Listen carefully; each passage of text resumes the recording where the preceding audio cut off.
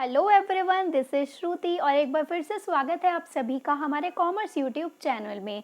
आज की वीडियो में मैं आप लोगों के लिए कुछ टिप्स लेकर आई हूँ जो आप लोगों को ध्यान में रखनी है at the time of your exam.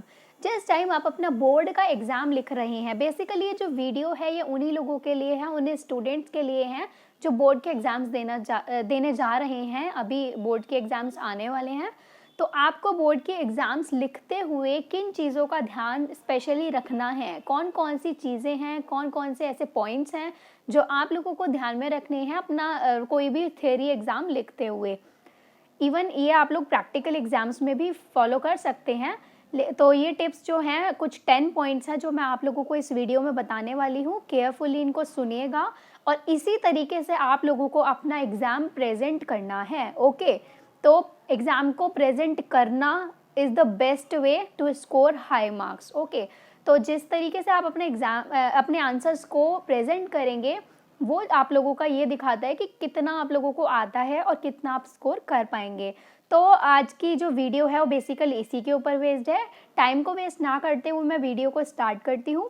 First point है हमारा, जब आप एग्जामिनेशन हॉल में बैठे हुए होते हैं और सबसे पहले आप लोगों का क्या होता है, क्वेश्चन पेपर आता है आपके हाथ में। तो आपको क्या करना है, सबसे पहले क्वेश्चन पेपर को बहुत ही अच्छे से रीड करना है।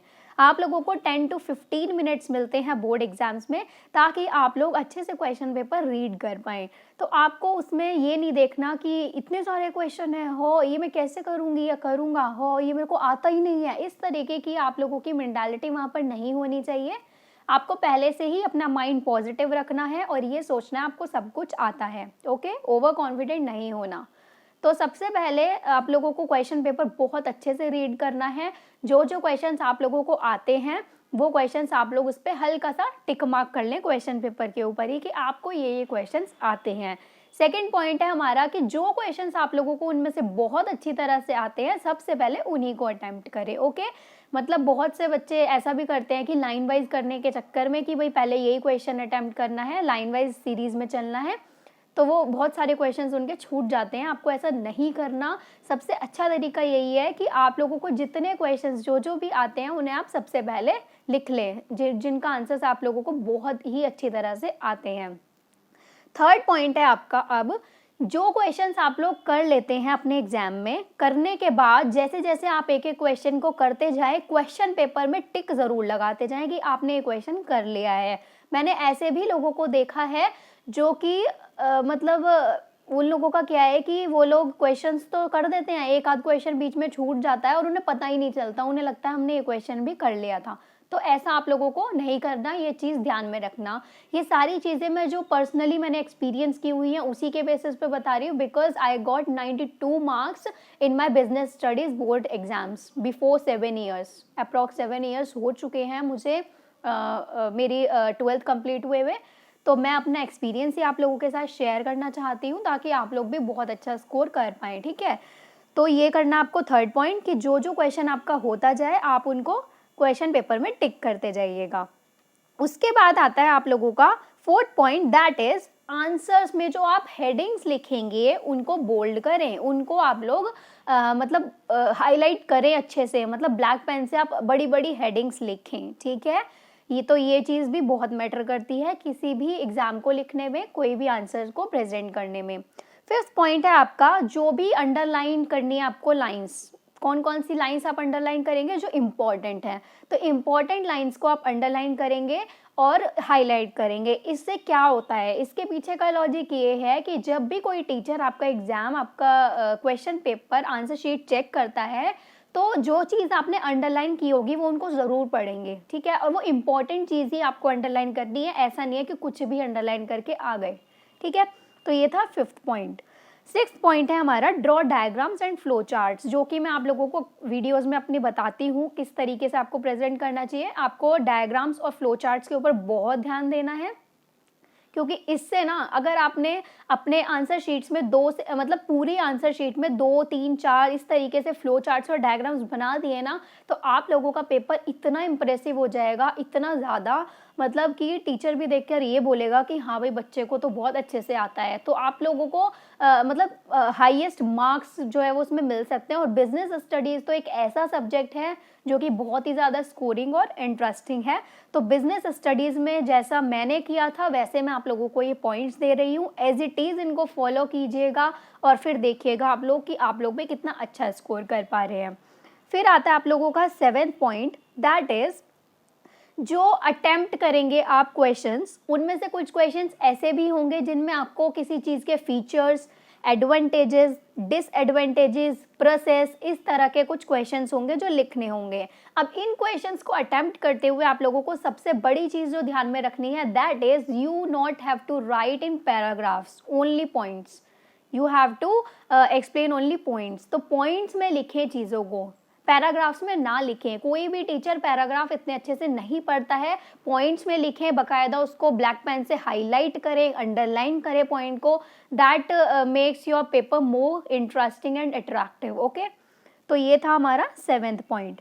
8th point, that is also most important point, जब भी आप लोगों के एग्जाम में कोई डिफरेंस आए कि दो चीज़ आप लोगों को मान लीजिए दी है कि इन दोनों के बीच में डिफरेंशिएट करो, तो मैंने ज़्यादातर बच्चों को ये देखा है, वो लोग क्या करते हैं, मान लीजिए आपको एक क्वेश्चन आया है difference between business and trade. Okay, तो वो बिजनेस, वो फर्स्ट पॉइंट लिखेंगे business is this while trade is this. फिर वो सेकेंड पॉइंट लिखेंगे business is this while trade is this. ऐसे आपको नहीं लिखना है। This is the wrong method to attempt any question that is related to the difference. तो आप लोगों को क्या लिखना है, आप लोगों को टैब्यूलर फॉर्म में लिखना है। डिफरेंस को हमेशा कोशिश करो टैब्यूलर फॉर्म में लिखो, उससे आप लोगों को मार्क्स ज़्यादा मिलते हैं, डैम श्योर, इसमें कोई डाउट की बात नहीं है।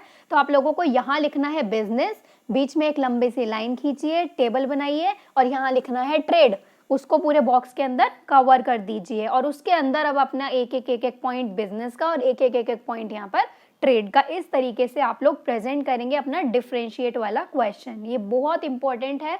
मैंने भी ये गलती की थी अपने प्री बोर्ड एग्जाम्स में, और जब मेरे मार्क्स कटे थे ना, तब मुझे थोड़ी सी अकल आई थी कि हाँ, मुझे बोर्ड में किस तरीके से प्रेजेंट करना है। ठीक है, तो बोर्ड में मैंने डिफरेंशिएट को, जो भी डिफरेंशिएशन वाले क्वेश्चंस थे उसको मैंने टैबुलर फॉर्म में बनाया था वहाँ पर। ठीक है, 9th पॉइंट आता है आपका अटेम्प्ट ऑल क्वेश्चंस।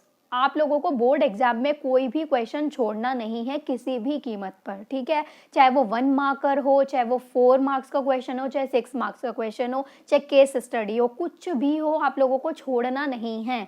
क्योंकि टाइम बहुत होता है, इसलिए आप लोगों को पहले से ही अपनी स्पीड बढ़ाकर चलनी होगी। स्पीड का ध्यान रखें और कोई भी क्वेश्चन आप छोड़कर नहीं आएंगे। जितना भी टाइम है कोशिश कीजिए मैक्सिमम पेपर 100 में से 100 मार्क्स का पेपर आप अटेम्प्ट करें। ठीक है, तो मैं आप लोगों को यही सजेस्ट करूंगी कि एक भी क्वेश्चन, चाहे वो 1 मार्कर ही क्यों ना हो, आप लोग छोड़ेंगे नहीं। ओके, उसके बाद आता है 10th point, that is also very important, language and presentation of question. आप किस लैंग्वेज में लिख रहे हैं। बेसिकली लैंग्वेज का मतलब यहाँ पर ये नहीं है कि आप हिंदी में दे रहे हैं पेपर या इंग्लिश में दे रहे हैं। लैंग्वेज का मतलब है कि आपका जो सेंटेंसेस लिखने का तरीका है, जो आप लोगों को पैराग्राफ्स या पॉइंट्स देने का तरीका है, वो किस वे में आप लोग लिखते हैं। ठीक है, तो प्रेजेंटेशन जो है क्वेश्चन की वो बहुत मैटर करती है।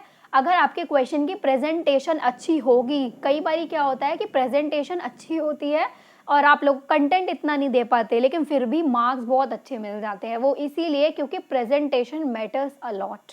ओके, तो ये बोर्ड एग्जाम्स के टिप्स थे, 10 टिप्स, और ये 10 के 10 टिप्स इतने इंपॉर्टेंट हैं कि अगर आप लोगों ने एक बार इनको ट्राई कर लिया ना, तो गारंटी है इस चीज़ की कि आप लोग अच्छे से अच्छा स्कोर कर पाएंगे। ठीक है, मैं आप लोगों को जो भी वीडियोस प्रोवाइड कर रही हूँ वो मैं अपने पर्सनल एक्सपीरियंसेस के बेसिस पर कर रही हूँ, और मेरा मोटिव बस यही है कि ज़्यादा से ज़्यादा लोग पढ़ पाएँ, अच्छे से अच्छे पढ़ पाएँ, बहुत अच्छे से स्कोर कर पाएँ।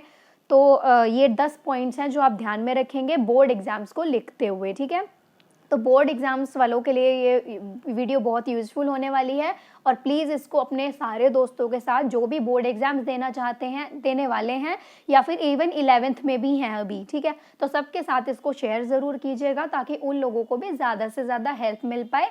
तो फिर मिलते हैं हम अपनी नेक्स्ट वीडियो में और नई टिप्स और ट्रिक्स के साथ। आप सब अपना ख्याल रखिए, अच्छे से पढ़ाई कीजिए। Thank you.